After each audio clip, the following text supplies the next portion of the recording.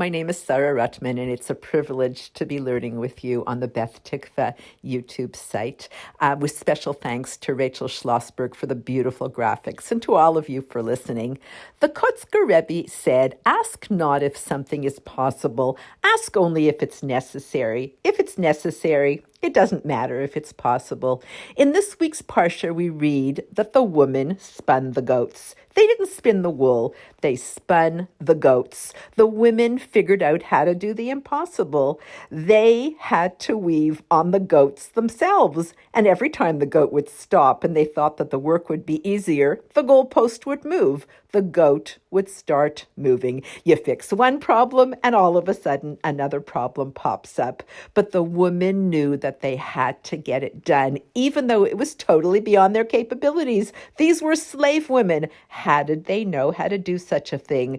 But there is nothing that stands in the way of Ratzon, in the way of will. What do you really want to do? In Ashrei we say, Potech et yadecha umaspia lechochai ratzon. You, Hashem, open your hand and satisfy the desire of every living thing.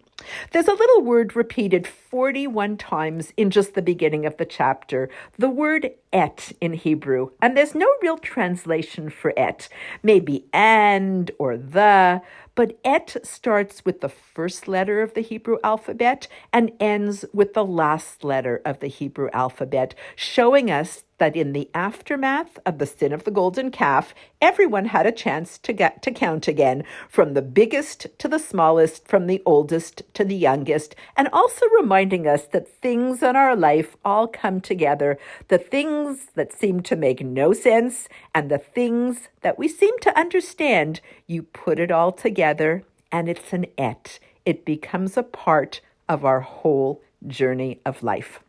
All the work of the Mishkan, the tent of meeting, was completed, and the children of Israel brought the Mishkan to Moshe.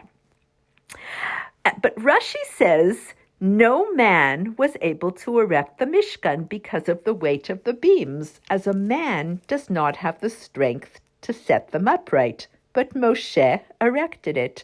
Hashem said to Moshe, Asok ata biyadecha, involve yourself in erecting the Mishkan with your hand, and it will appear as if you were setting it up, but it will rise upright and stand by itself. There is always something within my reach. Focus on what I can do.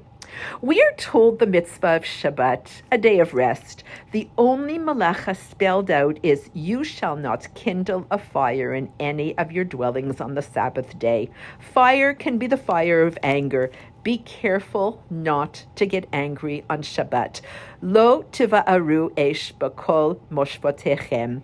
If you take the last letters of the words, you shall not kindle a fire in any of your dwellings in Hebrew, you get the word shalom.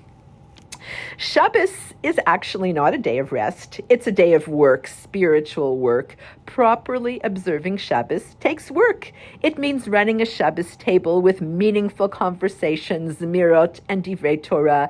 It means making time for learning. It means investing effort in all our relationships. It's Thanksgiving every week. It's the soul of the week. It's a taste of there that's here.